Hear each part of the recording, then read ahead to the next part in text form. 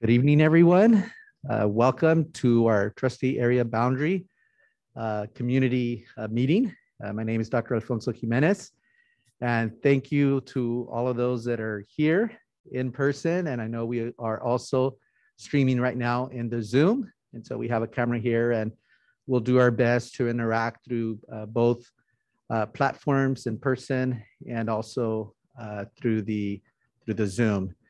And so this is our first community meeting that we are hosting. We'll have another opportunity to host a similar meeting like this on January 18th.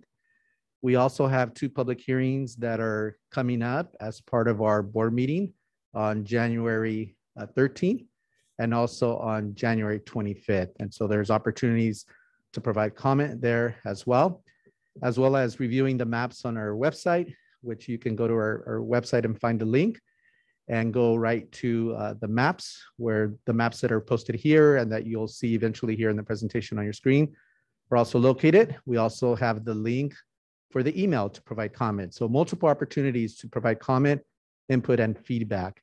And so before I hand it over to our staff that's here and also our educational partners from Cooperative Strategies and also from our law firm, I'm gonna take this moment to acknowledge that we have our board vice president, Ms. Christine Salazar, here with us tonight. So thank you for joining us here in person. So that being said, I'm gonna hand it over to our attorney, Stan. Good evening. I'm Stan Barankowitz with Orbuck, Huff and Henderson, representing the district on this matter of the census readjustment. Now, tonight, what we're going to do is going to first have a presentation, giving you again the background of what the law requires and why we're doing this and what the results were that triggered this. Then we'll go through 2 proposed scenarios, adjustment scenarios, to bring the trustee areas within proper balance, within acceptable balance. And then after that, we'll have, at the end of the presentation, we'll take questions, and we have a Q&A at the end from either the Zoom or in person here. And then after that, we'll recess to allow the people that are here to be able to look at the maps and the data, and then be able to provide additional comments for us to consider. As Dr. Jimenez said, you have the ability to look at these maps online on the website and scrutinize the data, and then provide your comments at your leisure through the website. So if I could get the first slide. All right, so why are we doing this? Well, because the education code requires us to do this under 5019.5, and it says in the law that every decennial census, meaning every 10 years that there's a new census that comes out, we have to evaluate our trustee areas to see if they're within allowable population variance. And that variance is at 10% or less. And that isn't established by the statute, but it is established by case law and industry practice. And that's what everyone shoots for. The census data was released in the end of September of 2021. So that hasn't given us a lot of opportunity to get this rolled out. And we've been working very diligently to do that, because we have a due date by law that we have to complete our adjustment by February 28th of this year. And with that, I'll turn it over to Doug that can go through the rest of the presentation on how the things change with the census and the new scenarios. Thanks, Dan. Hi, I'm Doug Mitty from Cooperative Strategies, and I work with the demographic data. Been working with a number of districts up and down the state, and I'm happy to be here and encouraging the public input, which is very important for this process. Next slide, please. A little background overall on the district. One thing that we did that's not on the slide is that we did some assessment work, and overall the demographics of your district actually where we hear California, we've been used to growth. We actually shrunk by 1,500 people about. So 1.4% drop in overall total population. And total population is the key because that's what the districts or the trustee areas are balanced on. So there are other information we'll go into tonight, but that's the key for how the districts are being decided. So we can see that the diversity within your district here, heavily Hispanic, Latino, Asian population demographics. It serves an area of 114 or almost 115,000 people. And voting age is over 91,000, well, age over 18 and over, so adult population. Next slide. Excuse me, one thing let's point out, also referring to this map, we have different jurisdictions between unincorporated LA County, City of Industry, and City of La Puente are outlined on this map as well. So you can see how the communities form that way as well. Okay, next slide. So as we zoom in and look here, these are the current trustee areas. So the areas that were decided prior to this new census data release, this data was built these scenarios on the 2010. We had the 2020 census data released on by the state. Okay, so basically the process goes, the US Census sends out the forms and collects data from y'all, puts it in a database, and then the state of California does some tweaks to it. For example, prison populations are now recorded from the point in which they had their last zip code or their last address and are incorporated into the local population rather than where the prisons are. There's other tweaks and things like that that the state does, but the Department of Finance carries the responsibility of that and puts out the data set, and they released that data, as Stan said, on September 27th. So a lot of the districts have had to hustle, right, and yours included, to get this process done before the end of February. So, and that's why we're here tonight. And so presenting this information, things like that, good public input comes rapidly. And as a demographer, it's a data-driven process. So, if there's things like that that reflect your community, it's good to let your, the superintendent, elected representatives know, about these maps. Next. So what we noticed in the past, right? So we noticed a drop in population of 1.4%, but but what happens too is that there's a shift in population occurring as well. So what is happening is that we notice areas 4 and 5 both increased in the change. So on the right, you'll see that Trustee Area 4, which is in the southeast section of the city, is gaining the most ground on the other districts at 2.7%. And then there's a negative 5% in Trustee Area 3 that we see that the population is shrinking in that area. So when we look at that, we have to make some tweaks to the data if we are going to balance that out. The one thing we have to notice is that variance 12.3 in that column under the 2020 census is over 10%, right? So it's out of compliance. And so we have to do some adjustments to get that under 10%, okay? And that's just a requirement to do that. So those are the key things. And so notice that, Trustee Area 3 and 1 and 2 both drop. So they will need to incorporate more land. Now, it's population based, not acreage or land or square footage based. So we're looking at where the people move to and where they report for the census, bottom line. Okay, next. And so in the current, we look at the outline in the boxes there, the Hispanic Latino, there's 2 columns here. One is the 2010 data, one is the 2020 data. And we look at how the demographics have shifted just in the past 10 years. And so we can see that, how the trustee areas, are different and in their demographics. So, not a problem. Next slide. So what we do in the methodology in looking to draw these boundaries, and the fortunate thing for the Hacienda La Puente Unified School District is that they've gone through this process already. And the tough process is drawing the initial boundary lines. And you have boundary lines already.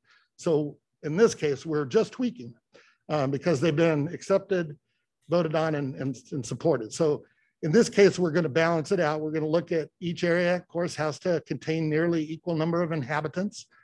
They need to be drawn into compliance with the Federal Voting Rights Act and as moreover, the California Voting Rights Act. They have to be compact and contiguous as much as possible, so we don't long stringy, trustee areas that would, not really respect communities too, but they just, they look funny and they come under question. We want to respect communities of interest, and a lot of that was done on the initial draw of these boundaries. So if what we're doing is we're looking at by adding and tweaking a few in the scenarios, we don't want to divide those communities. So it's important. We want to follow man-made, like Freeway 60, and natural geographic features, man-made like the railroad and washes and things like that. So we want to use those. We also want to respect incumbency if possible. It's just, not the primary thing that we do, but we try to respect that. And then we want to do other local considerations, such as keeping schools and school communities together. And what I want to remind you is that this doesn't change attendance or where kids are going, right? This is just your legal representation and how the voting will go for the board members, okay? Next, sorry. Okay, so for the process on the timeline for this, just to give you a clear outline of what we're doing here is today is the first community meeting over these items. And then on January 13th, there will be a public hearing and board meeting that you could also attend and let your board members know what your thoughts are at that meeting as well. And then if there are any adjustments to the scenarios, they can be made and brought forward to the next meeting, which we'll have another community meeting in January 18th, much in the same format as here. And then follow that up with another board meeting, public hearing and board meeting on January 25th to consider any other possible edits or commentary on the scenarios. And then we'll have the final board meeting on February 10th, the last public hearing and board meeting to consider, and then the board has to approve then, because that's the last board meeting within February. And we have that, remember, we have that statutory deadline of February 28th. And if we don't approve it here, then you lose all control and the county committee will make the decisions for you.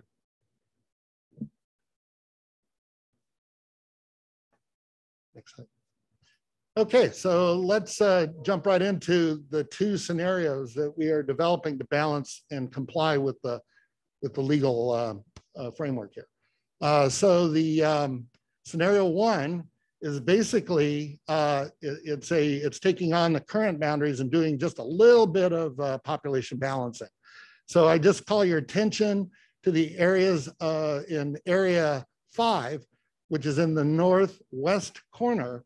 There's a drop down for 3. 3 will be taking part of 5, which happened to grow slightly and shift its balance there. So to balance it out, 3 will take from 5 and come down to the 60 freeway. The other tweak will be the census blocks are kind of, they're the most granular data we can get, okay? So that's your standard neighborhood block. And the neighborhood blocks assemble the data. And we can't, of course, look at your address because that's a Freedom of Information Act, it's protected. And so the information is summarized into the blocks. And so we have to use that data to get as most granular look at and the most representative community boundary based on the data. And so that's why we're using the blocks as a guide here. So, and the boundaries, the trustee area boundaries will follow those blocks. So there's also over by Stimson, there's a little sliver because the census block changed there. You're gonna have to grab that, move that district 5 will now move into 3 just a tad, pick up that. And that's in the south eastern, little bit up interior on that by by, no, that's not by Stimson, that's by the Academy, right? Yes, okay. And that's, I'll call your attention to that. And then there's one more tweak, and that's up at District 2, where it moves into District 3 from the north, okay? And that's over north of Hacienda Boulevard and Valley, north of Valley. So those are in scenario 1, it's very important that it matches pretty close with the trustee areas you've already had. And so that way the schools stay the same, the representation stays the same, the demographics, or 1 or 2% change in that. So there's no major changes in the demographics between the ethnic groups and the community. And so the scenario 1 matches that probably the most. So that's good. Next slide. And we have the data once again on each of the maps. So we can look at what this proposed scenario 1 will do to the population variance. So we can compare this to the existing, and we of course see that districts areas 1, 2, and 3 all have the same, or roughly the same population and CVAP, or the whole population. And they also have balanced citizen voting age population, which we'll get into in a second. But that's important to note. So the balances have occurred. Of course, trustee area 4 remains majority Asian population. And 5 is a little bit more balanced in plurality there. So that's scenario 1 demographics. And keep in mind, all these slides for the public, you're looking at the total population. You're looking at the ideal trustee area size that each trustee is going to represent almost 23,000 people. And so that's a thing to keep in mind. And then remember that the scenario 1 meets the criteria, because we're at 9.3% variance, so we're under 10%, but we're pretty close to 10%. So keep in mind in the future, as development and shifts occur within the district, in 10 years, we may be revisiting this again. But this is in compliance, and that's what's important. And so in looking at that and thinking about where the developments are going, we'll talk about that in a bit. So great. Next slide. Sorry. Sorry, John. Yes. We have some folks in the Zoom, about 8 people in the Zoom. Okay. They have some questions. What we do is we go to the presentation and then we ask those questions. Okay, great. Just for the folks in the Zoom. Fantastic. Great. Thank you. Good. Okay, so this is scenario 2. And scenario 2 is similar. We're not redoing major changes to the boundaries. So here we're making the same change to trustee area 2, where it comes down right along Hacienda there. And let's see, and then also the important thing to note is over where District 3 is coming into District 4 at Stimson. So the change in this map, the other map didn't change any of the schools or the things. So in this case, elementary schools, middle schools, high schools all stay the same, but Stimson now is within trustee area 3. And so that tweak takes into account that community. And of course, the boundary also along the 60 in the north west portion, or the west portion of the community, doesn't come down to the 60 freeway. And so we're able to achieve balance by those 3 changes actually. And then part of 3 comes into District 5 there, right north of the 60 freeway. Okay. Next, let's look at the demographics here again. So once you see it's not changing the demographics significantly, we still have 1, 2, and 3 major Hispanic, Latino, and 4 now has a trustee area 5. In the one thing you want to look at too is how the balance, we'll go through and ask questions about the voting age population too, but this shows that the balance is occurring and the statistics are pretty much similar in the both scenarios, which we want to emphasize. Okay.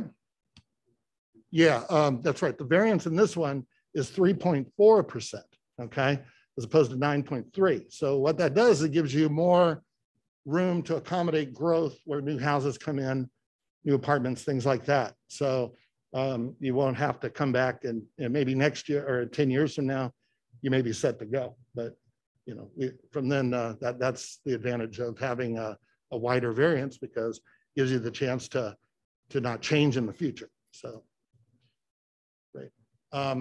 Good. Next slide. Okay, so I think now it'd be good to open up questions. I'm happy to answer questions about the demographics, the data that people have, how boundaries and things like that, population shift and things like that. And Stan will handle, of course, any legal questions you may have. Yeah, so Lydia is monitoring the Zoom. So Lydia, read out the questions. Okay.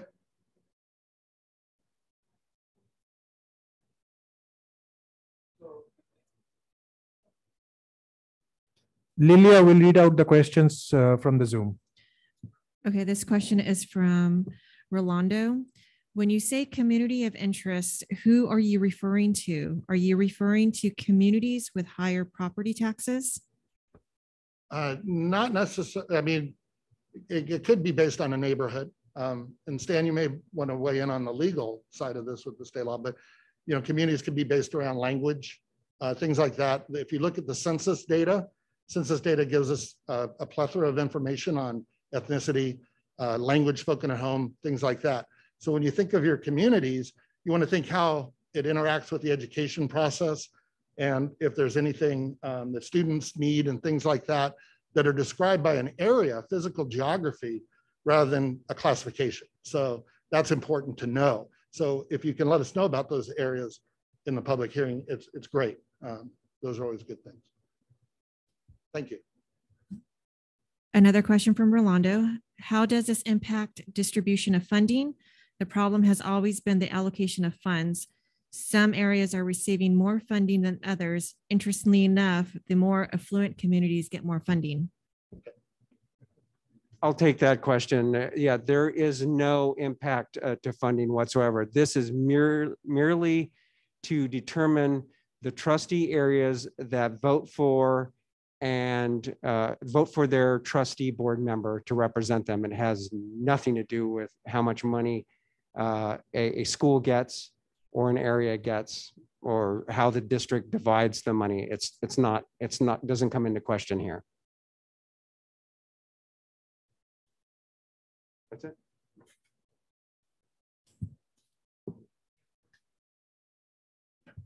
So those are the two questions from the Zoom. So we are still open on the Zoom. If we have questions, please put it on the Zoom box and we'll read those out.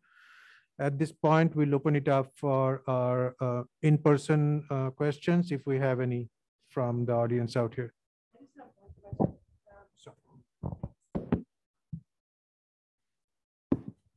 How does declining enrollment affect, or does it have any effect on the boundaries at all? So it's strictly people, bodies, not necessarily school age bodies. Yeah, this task is not that granular. It doesn't go to students. This is strictly the population of your district and how it's carved up into trustee areas, population based only. So if in the future, let's say, you know, another 10 years down the line and our enrollment has declined enough that a school might need to be closed, would it be on the board then to decide if they're going to redraw that? Because right now I mean, historically we had 4 quadrants and these trustee areas are as close to those quadrants as they possibly could be. So would it be possible for them to redo them to match, to make it like that? Or would there just be a quadrant that would have, unless, you know, one less school or, you know, whatever? That would be more on the attendance boundary system and setup, not for determining the areas of representation by board members. Okay. So yes, but to answer your question, the board has complete discretion on that, but that wouldn't be a part of drawing the trustee areas. Okay. And then just, I mean, I have complete trust in this board, but if the county committee came in, they wouldn't drastically change things. What they would just be that they would make would they pick from these 2 options I mean, No, just- they would have complete discretion to do whatever they Oh, want to okay. do. And Yeah. the idea would, you would hope that they would do the district the best service, but there's no reason why we can't get that done. Right. as Oh, a- no, like I said, I have complete trust in the board. I was just curious as to what that would look like in the absolute worst case scenario. Yeah, if the district didn't make a decision, then Mm-hmm. the county committee would take over, and they have until April in which to complete the process and turn in the results to the registrar's office. Okay, thank you. But there would be public input as in that process as well. But we would hope that we would be able to do it ourselves and maintain the control locally to get that done. And again, we're not redistricting. We're not trying to create a new trustee areas. That's not the idea here. The idea here is make the minimum amount of adjustments to get us back within an acceptable level of population. That's why map 1 was, what's the minimum we could do to come into compliance? That's why there's just the two edits, or the 3 with a little minor one. But and then the second scenario is, how can we get to a very low variance? And so it required a couple of more edits to do, but it gets the population more evenly balanced. So that's the thought process behind the two. Great. Thank you very much. Any other in-person question? We have couple more on the Zoom. Okay, so go ahead. Question from Gerardo. If funding is spread equally despite property taxes, why are there schools in the north end in disrepair rather than the schools in the south end?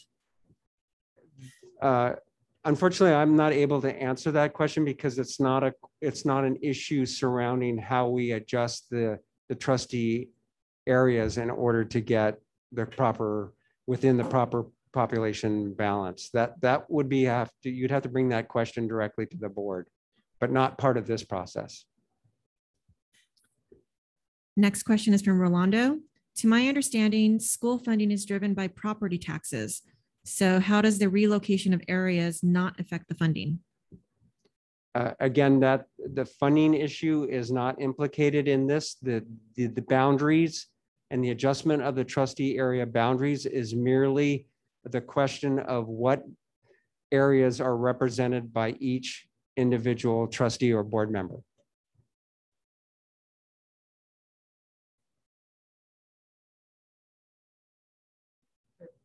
So that was all the question from Zoom. Any other question in person? Okay, we have one more, sorry. Sorry. Questions are coming in. Looks like. This question is from Margaret. Can you please put up both maps for the public to view?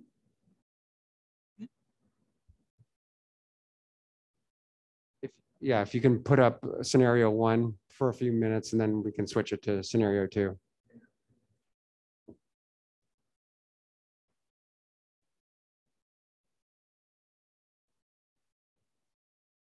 Right, so there's scenario 1, and then when you want to switch to scenario 2, you can let us know. And you can also remember, you can download the maps to review at your leisure from the district's website.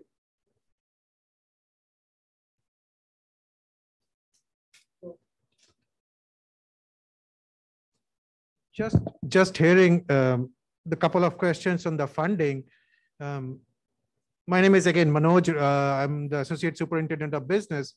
Just wanted to clarify from a school district funding perspective, the trustee area has no bearing on funding.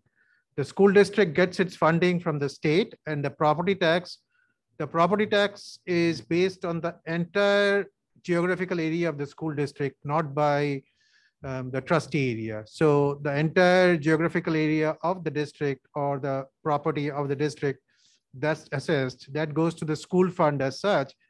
And it's not split by trustee area at all. It's basically the allocation is by enrollment, by students, by kind of student population. So this has nothing to do with the trustee area or funding.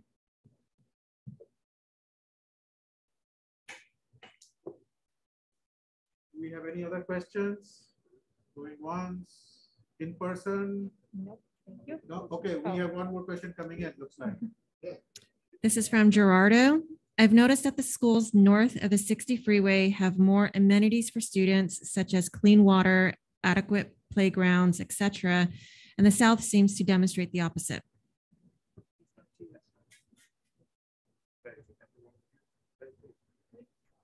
Yeah. So I'm not sure if that a question or a comment, but the perception, again, I think the prior comment was like the schools on the north is not adequately funded as opposed to the south. But this comment seems to be that the water or those kind of features are in the north. But from a school district perspective, I think the board looks at the equity. The funding is distributed equitably to all the schools. As I said, each school gets funding based on their enrollment as well as the kind of student population, be it English learners, be it foster youth. So I would be happy to sit with anyone if you have questions as to how we divvy up the funding for the school sites within our school boundaries. But again, we really do not, we are agnostic to whether a school is located south of 60 or north of 60 or anywhere within the boundaries. So that's kind of completely agnostic for us. The funding is distributed equitably, equally to all the school sites. And then we support the schools again based on their need from the school sites. And that's a board decision. So I'll be happy to sit with anyone in public if you want to go deeper as to how we distribute the funding. And I just want to add that if you remember when we originally did this on establishing the trustee areas, it was to ensure that protected minority classes that have majorities in these areas have the ability to elect the person of their choice to represent them. And that's what the original process did.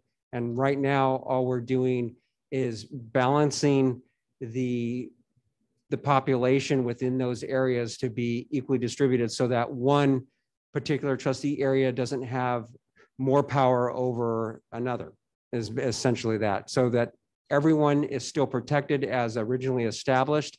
And all we're doing here is just tweaking a few boundaries to make sure everything is within the acceptable balance of population. Have any more questions? This question is from Adriana. Will Cedar Lane, Wilson, Bixby, and Wedgeworth be by the same board member? The current breakdown does not make sense. All schools all the main schools stay within their trustee areas under both scenarios. The only one that changes is in scenario 2, where it's the Cedar Lane. the Stimson Learning Center is the only educational facility that would shift. I know that's right. Yeah. But otherwise, like Cedar Lane and the rest of them that you mentioned, they stay within their existing trustee areas. So that means they stay with the board member that represents that area. As it has been, it will remain so.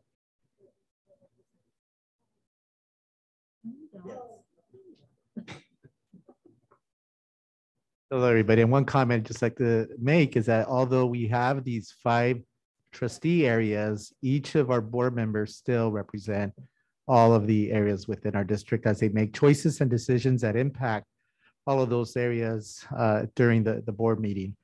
I don't know if we have more questions, but if we do not, I just want to make some closing comments and really emphasize the purpose for doing this, because that's the key part where I see that there's still some confusion as to, does this relate to funding? Does it relate to budget? Why are we doing this? So I know it was in the PowerPoint. It was explained in the PowerPoint early on. So if you didn't catch that, please make sure you do review the PowerPoint, because it talks about this being something that needs to happen as part of the census. So the census is done every 10 years. And as part of that process, then we get the new data, which shows whether the population has increased, decreased. And so this process technically would happen every 10 years, provided that we're still doing okay with respect to the population in each of those areas. And so there is something called variance, which each of these areas need to be under a 10% variance. And both of these maps, if you look at them closely, you will see that mentioned in the red table that's on the map itself.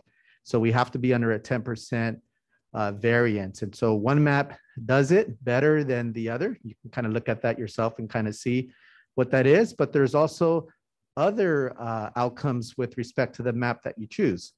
And so those are some of the things that I want the community to know, that one map, while you may choose one map for a specific reason, well, it also has certain outcomes that go with it with respect to map 1 and also with respect to map 2. But they're both good viable maps for consideration by the board. You know, the board has a really challenging task to be able to go through this process. And even though this process didn't begin yesterday, it actually got started early on. We've been working at this for some time to get ready to be here at this point.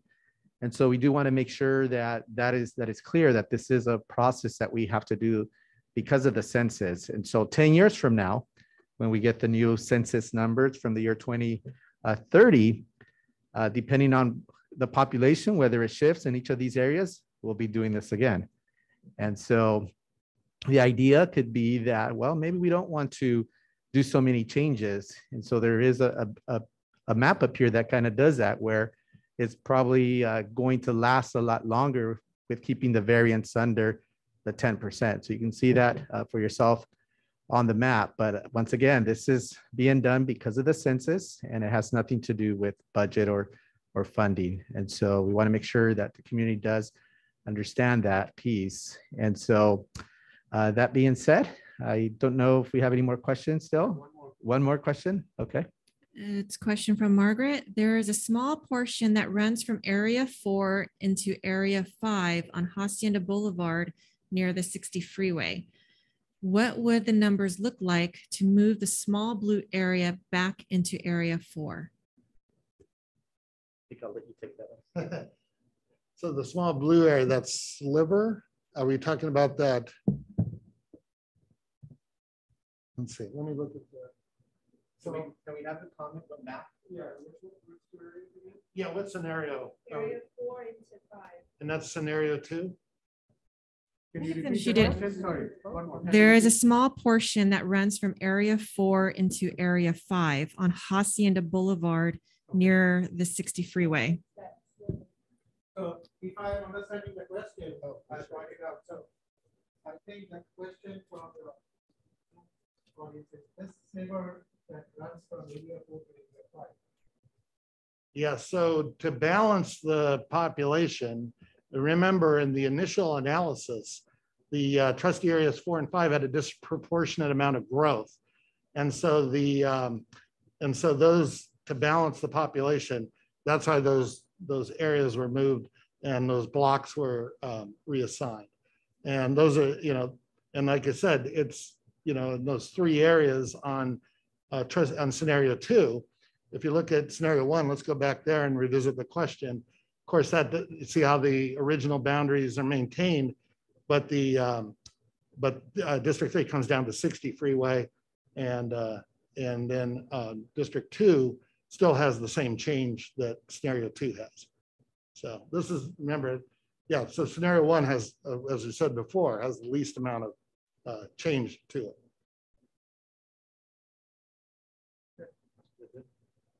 So that's a, do you want to read out who was on the Zoom? Okay.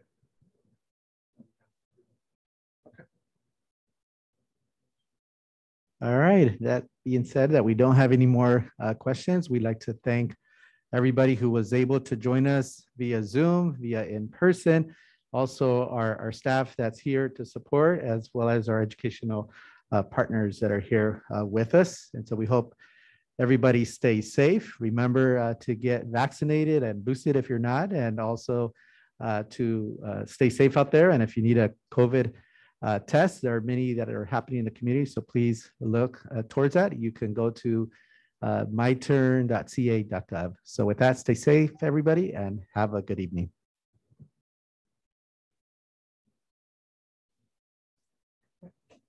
Thank you, sir.